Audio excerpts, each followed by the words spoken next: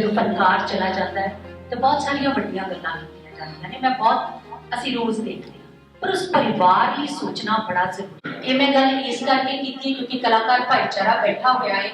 मेरे वड्डे वीर पम्मी बाई जी, मनमोहन वारस जी, लखविंदर बटाली जी, दविंदर त्यागी जी, जसविंदर जसी जी, सारे बैठे ने। शायद दोबारा असीं सारे नाम ते मेरी ये गुजारिश है कि एडमिनिस्ट्रेशन अगे और सारे अपने कलाकार भाईचारे कि असीं गलोरी दी चलाए जिसका ये आप जिहड़ा है ऑर्गेनाइजेशन होए ताकि उन्हां दे फंड्स दे नाल उन्हां दी कमाई दे नाल इस परिवार दा रोजी रोटी दा दूजे नंबर ते कि इन्हां दे बहुत सारे शागिर्द इत्थे आए हुए ने। लाची के बहुत सारे शागिर्द सन, गलोरी बहुत सारे बच्चों को सिखाती सी, गुरमीत बाबा जी बहुत सारे शागिर्द जिहड़ी वो इन्हां दे परिवार चों हो के अगे जा ते ओही गुरमीत बाबा बन के साडे पंजाब दी रहनुमाई करे। सो मेरी छोटी शायद मैं मेरी इन्नी मत नहीं है, तुसीं सब मेरे नालों बहुत सियाणे हो।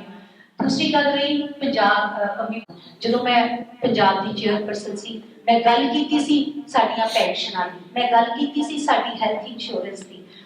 वो गल संपूर्ण नहीं हो सकी, पर उन्हां अदारियां नूं चाहिदा क्योंकि उन्हां अदारियां कोल फंड गवर्नमेंट दिंदी। तो मैं चाहनी हूं क्योंकि परिवार इस समय जिस जगह ते खड़ा है उन्हां नूं भावें लोड़ ना होवे पर 5 लाख रुपए की मदद सरकारां तो बिना कलाकार भाईचारे होवे, पर मेरे मन का बलबला सीगा और मैनूं लगदा है कि ये जरूर करना चाहिए। इस तो बाद कोई नहीं आता परिवार के नाल बैठण दे लई। सो आपां नूं उन्हां दी रोजी रोटी का मसला हल करके जरूर जाना चाहिए। श्री वाहिगुरू जी का खालसा। 5 तरीक ਨੂੰ 3 ਵਜੇ ਵਿਰਸਾ ਵਿਹਾਰ ਦੇ ਵਿੱਚ ਗੁਰਮੀਤ ਬਾਬਾ ਜੀ ਦੇ ਬਾਰੇ ਕੁਝ ਗੱਲਾਂ ਕਰਾਂਗੇ। ਉੱਥੇ ਮੇਰੇ ਸਾਰੇ ਆਰਟਿਸਟ ਅੰਮ੍ਰਿਤਸਰ ਦੇ ਜਿਹੜੇ ਆਰਟਿਸਟ ਆ ਜਿਹੜੇ ਅਜੇ ਸਮੇਂ किसी सदी में लाची की बेटी बैठी है, लाची का बेटा बैठा है, 4-5 छोटिया बेटियां कितने बैठा मिल करियां बेचारियां। सो मैं सदी जी दी गल्लां नाल बहुत आदियां हुंदा कुछ भी नहीं। जेडी गुरमीत बाबा दे नाम ते अकेडमी खुलनी है तो मैं यही चाहते हैं कि ओ गुरमीत बाबा दा परिवार भी इस अकेडमी को हैंडल करे, क्योंकि उन्हां दा रोजी रोटी दा सिलसिला भी जिवें अशमीत अकेडमी चकने हट के साडियां वर्गे पैदावां दा कोई मुल नहीं, सिर्फ पैसे का मुल है, गड्डियां का मुल है। कोई लोक बैकी ने पुछदा, कोई विरसे ने पुछदा, कोई सरकार ने पुछदी, और कलाकार सम्मानित कीते विच कोई एक भी फील्ड कलाकार नहीं है उन्हां दे विच। सो ये मैं हर भी कहांगी कि सारियां गवर्नमेंट औरतां नाल वितकरा करदियां असीं ऐलान नहीं करदे। बड़ा मेरे को चैक बुक पई है, इकट्ठे होकर सारे कलाकार अपना गवर्नमेंट को चलिए गुरमीत बाबा अकेडमी जिन्नी जल्दी हो सके शुरू कराइए ताकि साडियां धीआं जेहड़ियां 4 बैठियां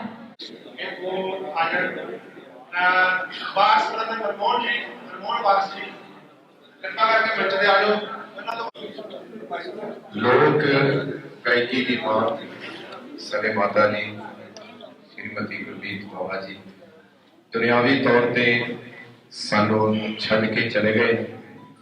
साडे बहुत सत्कारयोग कृपाल बाबा जी बेटियां दुख दे विच शरीक बहुत वड्डी संगीत की आवाज़ सी की कहो।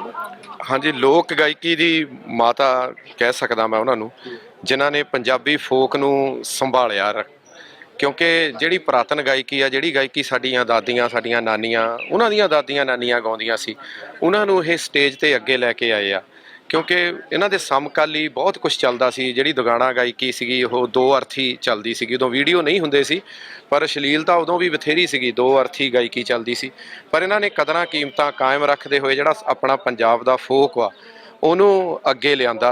ते बेशक वो दुनियावी तौर पर सानू विछोड़ा दे गए, पर मेरा ये मनना आ कि जिहड़ियां लोक बोलियां जां लोक चीज़ां साडे पंजाबी दियां बजुर्गां ने साडियां ने कईयां होईयां, उन्हां दियां आउण वालीआं जनरेशनां जदों कदी तर्जां समझणियां चाहूगीआं कि उन्हां नूं साडे बजुर्ग किद्दां गाउंदे हुंदे सी, साडियां दादियां नानियां साडे बाबे उन्हां नूं किहड़ियां तर्जां ते गाउंदे सी, ते गुरमीत बाबा नूं लभणा पऊगा 100 साल नूं भी 500 साल नूं भी उन्हां कोलों ही ये चीज़ मिलूगी। क्योंकि हुण नवीं गायकी विच ओह चीज़ां अलोप हो रहीआं। सो बहुत वड्डी देन आ जिहड़ी एक दी पछाण बारे की कहो। वो तो बहुत वड्डी गल आ जी। जिहड़ी हेक आ वो तो 45 सैकंड की उन्होंने हेक लाई आ।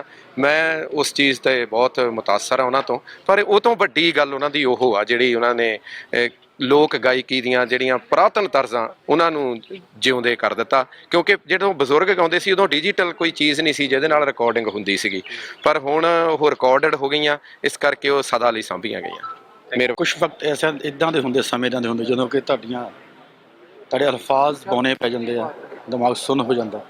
ਇੱਦਾਂ ਦਾ ਹੀ ਮਾਹੌਲ ਮੇਰੇ ਨਾਲ ਇਸ ਵੇਲੇ, ਕਿਉਂਕਿ ਬਚਪਨ ਤੋਂ ਜੋ ਛੋਟਾ ਜਿਹਾ ਹੁੰਦਾ ਸਕੂਲ ਕਾਲਜ ਤੱਕ ਪਹੁੰਚਦੇ ਹਾਂ ਬਾਬਾ ਜੀ ਨੂੰ ਸੁਣਦੇ ਆ ਰਹੇ ਹਾਂ, ਅਤੇ ਅੱਜ ਜਿੱਦਾਂ ਇੱਕ ਦਰਖਤ ਡਿੱਗਦਾ ਹੁੰਦਾ ਇੱਦਾਂ ਹੋਇਆ।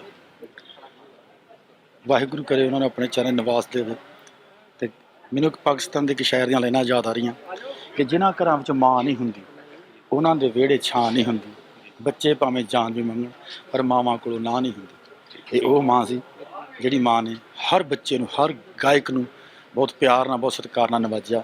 ਇਹਨਾਂ ਦੀ ਜਿਹੜੀ ਫੁਲਵਾੜੀ ਜਿਹੜੀ ਮਹਿਕ ਰਹੀ ਹੈ, ਜਿਵੇਂ ਗਲੋਰੀ ਬਾਬਾ ਜੀ, ਉਹਨਾਂ ਨੂੰ ਹੋਰ ਤੌਫੀਕ ਬਖਸ਼ੇ ਔਰ ਉਹਨਾਂ ਨੂੰ ਜਿਹੜਾ ਇਹ ਭਾਣਾ ਮੰਨਣ ਦਾ ਬਲ ਬਖਸ਼ੇ, ਉਹ ਆਪਣੇ ਚਰਨਾਂ ਵਿੱਚ ਉਹ ਸਾਡੀ ਮਾਤਾ ਨੂੰ ਨਿਵਾਸ ਦੇਵੇ। ਦੇਖੋ ਜੀ, ਗੱਲ ਇਹ ਹੈਗੀ ਆ ਕਿ ਬੇਵਕਤਾ ਕਲਾਕਾਰ ਦਾ, ਐਡੇ ਵੱਡੇ ਕਲਾਕਾਰ ਦਾ, ਜਿਹਨੇ ਪੰਜਾਬ ਦੀ ਲੋਕ ਵਿਰਾਸਤ ਨੂੰ ਪੂਰੇ ਅੰਤਰਰਾਸ਼ਟਰੀ ਪੱਧਰ ਤੇ ਉਹਦੇ ਪ੍ਰਚਾਰ ਪ੍ਰਸਾਰ ਲਈ ਕੰਮ ਕੀਤਾ ਹੈ, ਉਹਦਾ ਇਸ ਤਰ੍ਹਾਂ ਰੁਖਸਤ ਹੋਣਾ, ਇਸ ਤਰ੍ਹਾਂ ਤੁਰ ਜਾਣਾ ਤੇ ਬੜਾ ਦੁਖਦਾਈ ਹੈ। ਪਰਿਵਾਰ ਲਈ ਵੀ ਦੁਖਦਾਈ ਹੈ, ਪੰਜਾਬੀਆਂ ਲਈ ਵੀ ਦੁਖਦਾਈ ਹੈ। ਸੋ ਵੱਡੀ ਗੱਲ ਇਹੀ ਹੈਗੀ ਹੈ ਕਿ ਉਹਨਾਂ ਨੇ ਜੋ ਸੇਵਾ, ਜੋ ਖਿਦਮਤ ਕੀਤੀ ਹੈ, ਉਸ ਖਿਦਮਤ ਦੇ ਪਿੱਛੇ ਉਹਨਾਂ ਦਾ ਵਡੇਰਾ ਯੋਗਦਾਨ ਹੈ। ਤੇ ਅਸੀਂ ਕਹਿੰਦੇ ਨੇ ਸਰਕਾਰ ਨੂੰ ਵੀ ਅਪੀਲ ਕਰਦੇ ਹਾਂ ਕਿ ਉਹਨਾਂ ਦੇ ਪਿੱਛੇ ਬੱਚਿਆਂ ਦੀ ਸਾਂਭ ਸੰਭਾਲ ਦੇ ਲਈ ਕੰਮ ਕਰਨ। ਕੀ ਕਹਿਣਾ ਚਾਹੋਗੇ? ਸ਼ਰਧਾ ਦੇ ਫੁੱਲ ਭੇਟ ਕਰਨ ਆਏ ਜੇ ਗੁਰਮੀਤ ਬਾਬਾ ਜੀ ਬਾਰੇ ਕੀ ਕਹੋਗੇ? ਉਦਣ ਬਹੁਤ ਗੱਲਾਂ ਕੀਤੀਆਂ ਨੇ, ਉਦਣ ਜਿੱਦਣ ਸੰਸਕਾਰ ਸੀ ਨਾ, ਉਦਣ ਬਹੁਤ ਸਾਰੀਆਂ ਗੱਲਾਂ ਉਦਣ ਹੀ ਕਰ ਦਿੱਤੀਆਂ। ਇਹੋ ਜਿਹੇ ਲੋਕ ਜਿਹੜਾ ਇਹਨੇ ਸੰਗੀਤ, ਜੋ ਲੇਡੀ ਸੰਗੀਤ ਕੀਤਾ, ਉਹਨਾਂ ਦਿਨਾਂ ਵਿੱਚ ਨਾ ਲਟਕੀਆਂ ਨੂੰ ਨਹੀਂ ਸੀ ਗਾਉਣ ਦਿੰਦੇ। ਜਦੋਂ ਇਹ ਸ਼ੁਰੂ ਕਰਵਾਇਆ, ਇਹਨੇ ਲੜ ਝਗੜ ਕੇ ਮਾਂ ਪਿਓ ਵਿਗਾੜ ਕੇ ਤੇ ਬੰਦਿਆਂ ਵਾਂ ਗਾਈ। ਵਾਹ! ਉਦੋਂ ਨਹੀਂ ਸੀ ਗਾਣ ਦੇ, ਕਹਿੰਦੇ ਕੰਜਰੀਆਂ ਦਾ ਕੰਮ ਹੈ। ਪਰ ਉਹਨਾਂ ਦਿਨਾਂ ਵਿੱਚ ਦੇਖੋ ਜੀ, ਆਪਣਾ ਇਹਨੂੰ ਕਹਿੰਦੇ ਵੀ ਤੋੜ ਤੱਕ ਇਹਨੂੰ ਕਹਿੰਦੇ ਬਣਾ ਤੇ ਮਰਦਾਂ ਵਾਂ ਗਾਈ ਹੈ ਮਿਸਾਲ। ਇਹੋ ਜਿਹੇ ਲੋਕ, ਜਦੋਂ ਸੰਗੀਤ ਜਿਹੜਾ ਇਹ ਖਤਮ ਨਹੀਂ ਹੁੰਦਾ, ਸੰਗੀਤ ਖਤਮ ਨਹੀਂ ਹੁੰਦਾ, ਜਦੋਂ ਉਹਨਾਂ ਦੀ ਇਹਨੂੰ ਕੋਈ ਚੀਜ਼ ਆਏਗੀ ਉਸੇ ਵੇਲੇ ਜਿੰਦਾ ਨੇ।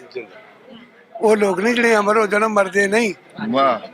ਕੀ ਹੋਇਆ? ਬੁੱਤ ਦੂਰ ਗਿਆ ਦਿਲ ਹਰ ਕੇ ਦੂਰ ਨਾ ਥੀਵੇ ਹੂ, ਲੱਖਾਂ ਕੋਹਾਂ ਮੇਰਾ ਮੁਰਸ਼ਿਦ ਬੈਠਾ, ਮੈਨੂੰ ਵਿੱਚ ਹਜ਼ੂਰ ਦਸੀਵੇ ਹੂ, ਅੰਦਰ ਜਿਨ੍ਹਾਂ ਦੇ ਇਸ਼ਕ ਦੀ ਲੱਤੀ ਉਹ ਬਿਨ ਸ਼ਰਾਬੋਂ ਖੀਵੇ ਹੂ, ਉਹ ਤੇ ਨਾਮ ਫਕੀਰ ਜਿਨ੍ਹਾਂ ਦਾ ਬਾਹੂ, ਕਬਰ ਉਹਨਾਂ ਦੀ ਜੀਵੇ, ਉਹ ਨਹੀਂ ਮਰਦੇ। ਵਾਹ ਵਾਹ ਵਾਹ!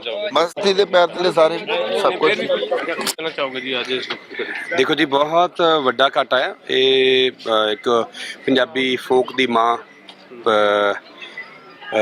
ਤੁਰ ਗਈ ਹੈ ਤੇ ਉਹਦੇ ਤੁਰ ਜਾਣ ਤੇ ਬਹੁਤ ਜ਼ਿਆਦਾ ਦੁੱਖ ਹੈ। ਔਰ ਇਹੋ ਜਿਹੇ ਲੋਕ ਜਦੋਂ ਦੁਨੀਆ ਤੇ ਜਾਂਦੇ ਆ ਤੇ ਆਬਵੀਅਸਲੀ ਘਾਟਾ ਤੇ ਪੈਂਦਾ ਹੀ ਹੈ ਜੀ। ਤੁਸੀਂ ਵੀ ਇਹਨਾਂ ਨੂੰ ਬਹੁਤ ਸੁਣਦੇ ਸੀ, ਪਤਾ ਲੱਗਾ ਜੀ ਜੀ, ਸ਼ਹਿਰ ਦੇ ਹੋਣ ਕਰਕੇ ਕਾਫੀ ਸੁਣਿਆ। ਬੇਸ਼ੱਕ ਇੱਕ ਮੈਂ 15 ਸਾਲ ਪਹਿਲਾਂ ਇੱਕ ਪ੍ਰੋਗਰਾਮ ਕੀਤਾ ਸੀ, ਜਨੂਨ ਕੁਛ ਕਰ ਦਿਖਾਣੇ ਕਾ। ਉਸ ਟਾਈਮ ਤੇ ਮੈਨੂੰ ਫੋਕ ਦੀ ਬੜੀ ਲੋੜ ਸੀ। ਉਸ ਵੇਲੇ ਮੈਂ ਪੰਜਾਬ ਤੋਂ ਰਿਪਰੈਜ਼ੈਂਟ ਕੀਤਾ ਸੀਗਾ ਤੇ ਇਸ ਕਰਕੇ ਫੋਕ ਨੂੰ ਸਮਝਣ ਦੇ ਲਈ ਮੈਂ ਇਹਨਾਂ ਨੂੰ ਬਹੁਤ ਸੁਣਿਆ ਉਸ ਟਾਈਮ ਤੇ ਸ਼ਾਇਦ ਮੇਰਾ ਗੀਤ ਜੁਗਨੀ ਜਿਹੜਾ ਸੀ, ਅੱਲਾ ਬਿਸਮਿਲ੍ਲਾ ਤੇਰੀ ਜੁਗਨੀ, ਸਾਈਂ ਬੋੜਾਂ ਵਾਲਿਆ ਵੇ ਜੁਗਨੀ, ਤੇ ਉਹ ਜੁਗਨੀ ਸ਼ਾਇਦ ਉੱਥੋਂ ਹੀ ਨਿਕਲੀ ਹੈ।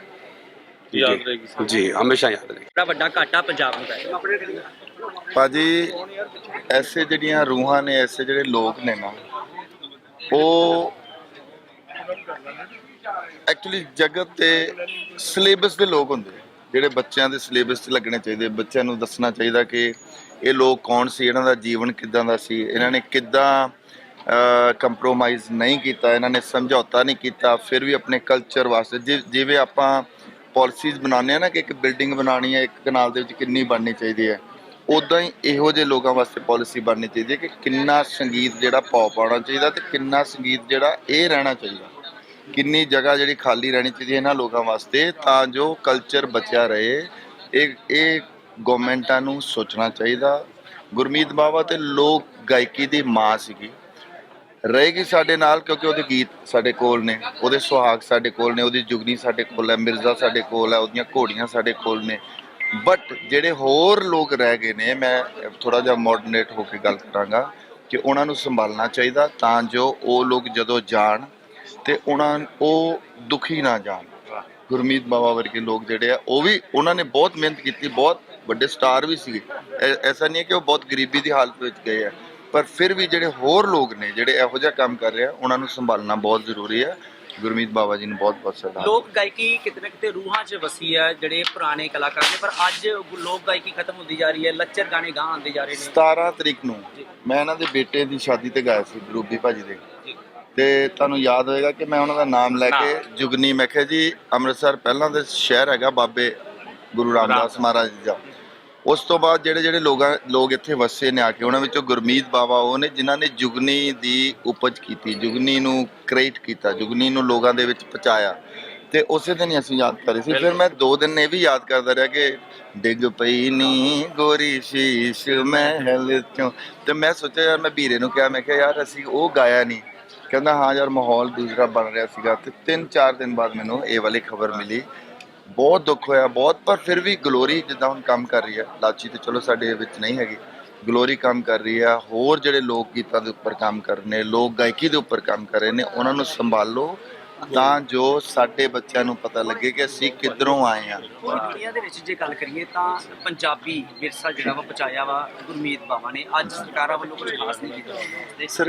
ਸਰਕਾਰਾਂ ਦਾ ਇਹਨਾਂ ਚੀਜ਼ਾਂ ਵੱਲ ਕੋਈ ਧਿਆਨ ਨਹੀਂ, ਮੈਨੂੰ ਇਸ ਗੱਲ ਦਾ ਕੋਈ ਡਰ ਨਹੀਂ ਹੈ। ਸਰਕਾਰਾਂ ਸਿਰਫ ਉੱਥੇ ਜਾਂਦੀਆਂ ਜਿੱਥੇ ਮੀਡੀਆ ਥੋੜਾ ਜਿਹਾ ਕੁਝ ਬੋਲਦਾ, ਤੁਹਾਨੂੰ ਲੱਗਦਾ ਵੀ ਇੱਥੇ ਜਾਣਾ ਬੜਾ ਜ਼ਰੂਰੀ ਹੈ, ਇੱਥੇ MLA ਨੂੰ ਭੇਜ ਦਿਓ, ਇੱਥੇ MP ਨੂੰ ਭੇਜ ਦਿਓ। ਪਰ ਇਹ ਚੀਜ਼ਾਂ ਵਾਕਈ ਜਿਹੜਾ ਵਿਰਾਸਤ ਧਰੋਹਰ ਜਿਹੜਾ ਨਾ, ਉਹਨੂੰ ਸੰਭਾਲਣ ਦੀ ਲੋੜ ਹੈ। ਉਹ ਸਰਕਾਰਾਂ ਬੈਠ ਕੇ ਆਤਮ ਚਿੰਤਨ ਕਰਨ। ਕਲਚਰ ਮੁੱਕ ਗਿਆ ਤੇ ਜਿਵੇਂ ਤਬਾਹੀ ਹੋ ਰਹੀ ਹੈ, ਉਸ ਤੋਂ ਵੀ ਜ਼ਿਆਦਾ ਤਬਾਹੀ ਹੋ ਰਹੀ ਹੈ। ਤੁਸੀਂ ਜਿਸ ਤਰ੍ਹਾਂ ਕਹਿ ਰਹੇ ਜੀ ਕਿ ਬਸ ਜੀ, ਗੁਰਮੀਤ ਬਾਵਾ ਸਾਡੇ ਗੁਰੂ ਨਗਰੀ ਅੰਮ੍ਰਿਤਸਰ ਦੀ ਨਹੀਂ ਬਲਕਿ ਪੂਰੇ ਪੰਜਾਬ ਤੋਂ ਇਲਾਵਾ ਪੂਰੇ ਹਿੰਦੁਸਤਾਨ ਔਰ ਦੇਸ਼ਾਂ ਵਿਦੇਸ਼ਾਂ 'ਚ ਦੂਰ ਤੱਕ ਇੱਕ ਬਹੁਤ ਹੀ ਲੋਕ ਗਾਇਕੀ ਦੇ ਵਿੱਚ ਬੜਾ ਵੱਡਾ ਪ੍ਰਮਾਣਿਕ ਨਾਂ ਸੀ। ਔਰ ਗੁਰਮੀਤ ਬਾਵਾ ਨੇ ਜਿਹੜਾ ਮੁਕਾਮ ਹਾਸਲ ਕੀਤਾ ਉਹ ਵਿਰਲਿਆਂ ਟਾਇਮਾਂ ਦੇ ਹੱਥ ਆਉਂਦਾ।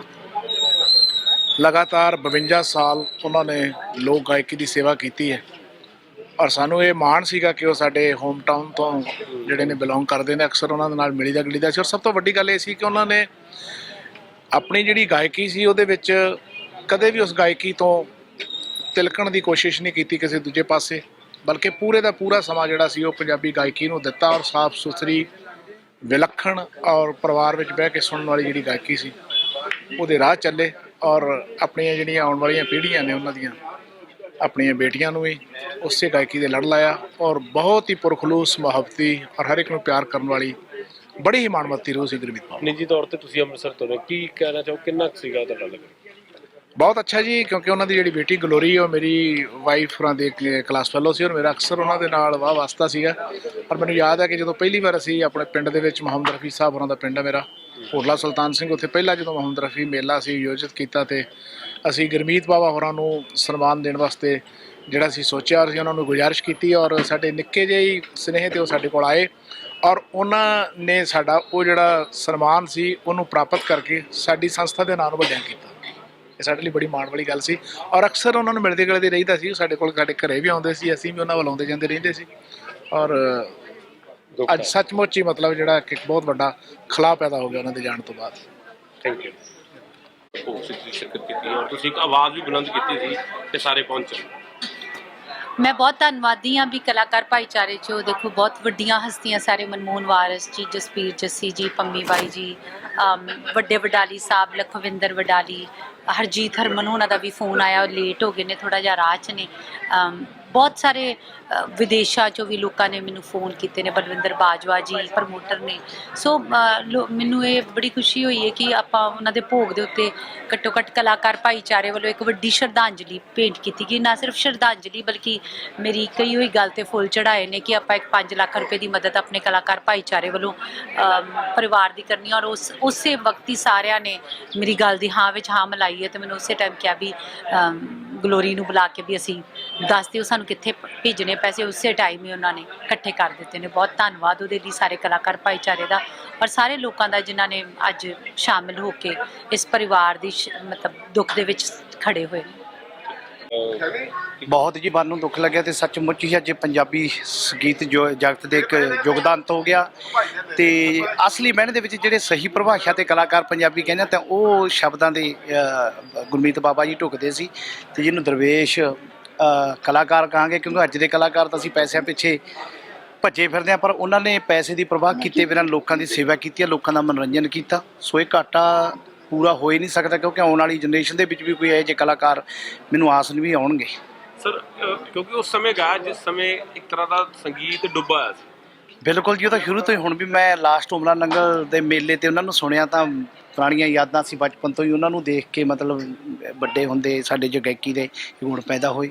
ਸੋ ਸੱਚੀ ਮੈਂ ਸੱਤੀ ਜੀ ਨਾਲ ਗੱਲ ਕਰਦਾ ਸੀ, ਮੇਰੇ ਦਿਲ ਨੂੰ ਬਹੁਤ ਜ਼ਿਆਦਾ ਮਤਲਬ ਦੁੱਖ ਲੱਗਿਆ ਜਦੋਂ ਉਹਨਾਂ ਦੇ ਜਾਣ ਦੀ। ਪੰਜਾਬੀ ਸਿਨੇਮਾ ਤੇ ਸੰਗੀਤ ਜਗਤ ਦੀ ਹੋਰ ਲੇਟੈਸਟ ਅਪਡੇਟਸ ਲਈ ਸਾਡਾ ਫੇਸਬੁੱਕ ਪੇਜ ਬਾਲੀਵੁੱਡ ਤੜਕਾ ਪੰਜਾਬੀ ਲਾਈਕ ਕਰੋ ਤੇ YouTube ਚੈਨਲ ਸਬਸਕ੍ਰਾਈਬ ਕਰੋ।